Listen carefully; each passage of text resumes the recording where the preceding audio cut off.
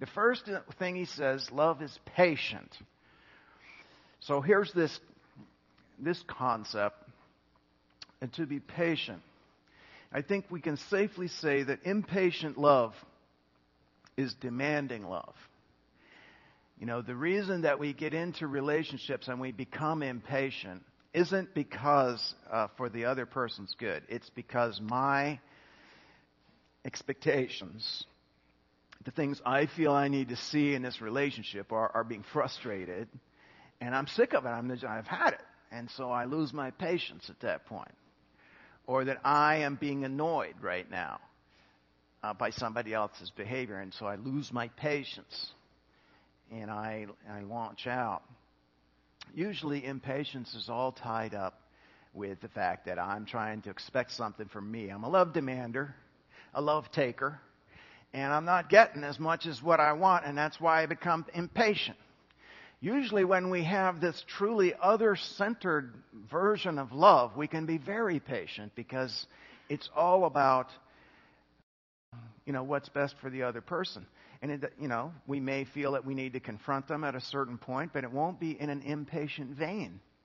It won't be in a tone of that kind of frustration and selfish impatience. I think this is something that's hugely missing in our conceptions of love today. This is saying that biblical love is not instant gratification.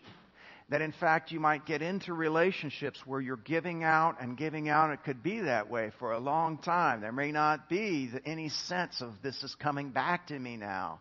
So the whole idea of like a business investment where I'll put this money in but I better get it back with some interest just won't fit into biblical love. And we want instant gratification. We want things that give us a present and immediate sense of emotional reward. Like entertainment. That's why entertainment is maybe in large, for many people, kind of replacing love in their lives. Because I can live in front of my screen and do these things and I get immediate gratification for that. I can have my sex life there, with my porno. I can play my games and win the level. I can do this and that, and it's all, I act and there's immediate gratification there. And that's what we want. So when we're confronted with this kind of proposition, long-term, selfless investment for possibly nothing coming back as a return to you, doesn't sound too appealing to a lot of people. You see this particularly in our practice today. This is one of the reasons that marriage is in collapse in America.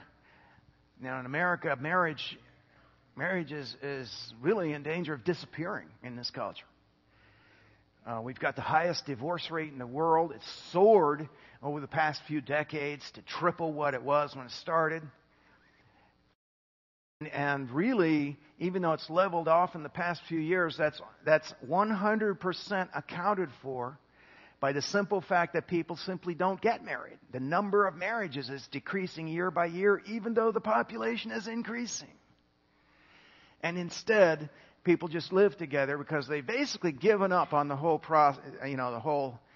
concept of a successful marriage. Well, the problem is that people go into marriage on the assumption that, I have fallen in love with this girl, with this guy, and so now we can just get married, and now it's just going to be awesome, and we're just going to feel like this. And that's not the way it works, folks. That falling in love is eros love. That's a different kind of love. Eros, interestingly, in Greek usage at the time of Christ, eros was the main word that they used for love. In the Bible, it never is used. Never comes up. That's not... it's not teaching that that's bad or anything. It's not bad to fall in love with someone or feel like a romantic love is coming over you. God made us that way. It's fine. Thing is, it usually just lasts for a period of time. And there has to be something deeper underneath that.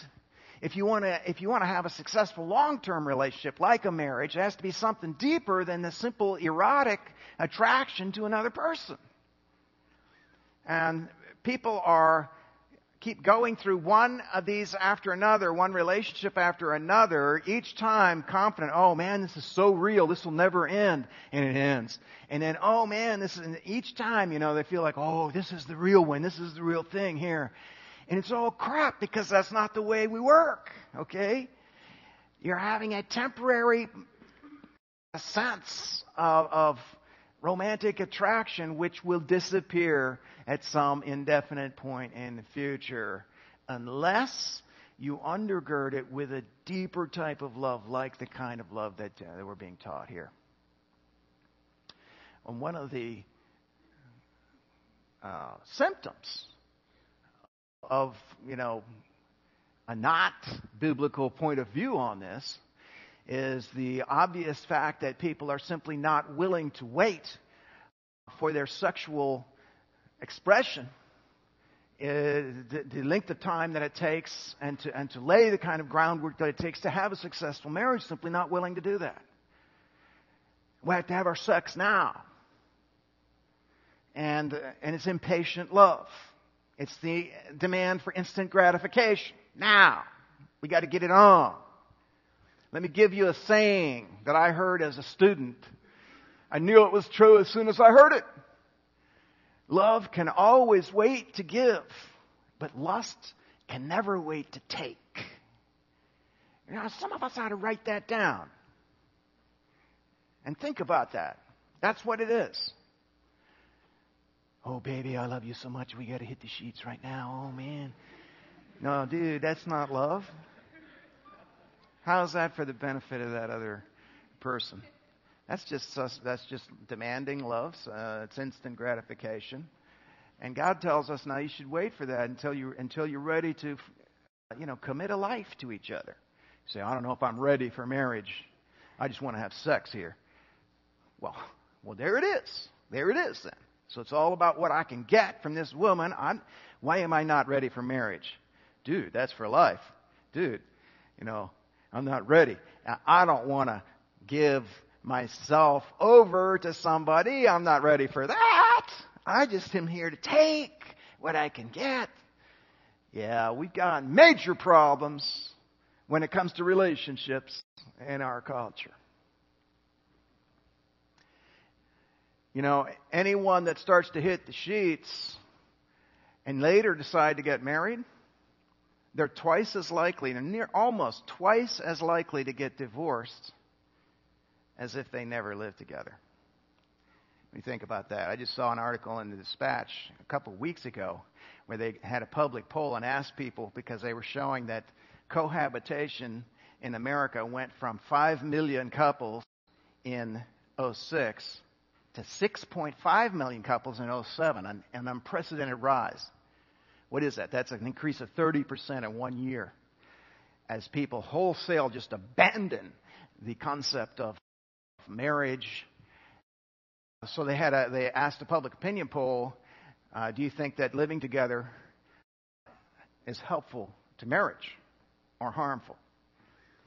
51% said that it was definitely helpful, and 38% said it made no difference, and then just some very small percentage, I think it was 5 or 10%, said it was harmful. Those were the only ones that were right. According to the sociological research on this done by non-Christian, this is not Christian research, it's the U.S. Census Bureau, which has come out and shown that cohabitation leads to failure in marriage, because we're really coming into the whole thing from the wrong perspective. From this perspective of what I can get, and that lust can't wait to take. I'm not going to wait till then. And we're also viewing our love partner as like a machine that we have to test out to see if it works well. Like you wouldn't buy a car without test driving it first. And so we've really devalued and lowered what humans even are to the level of a machine. And we've completely abandoned the idea that the basis for a good sexual relationship is biblical, godly love. And if it's godly, it's patient. It can wait.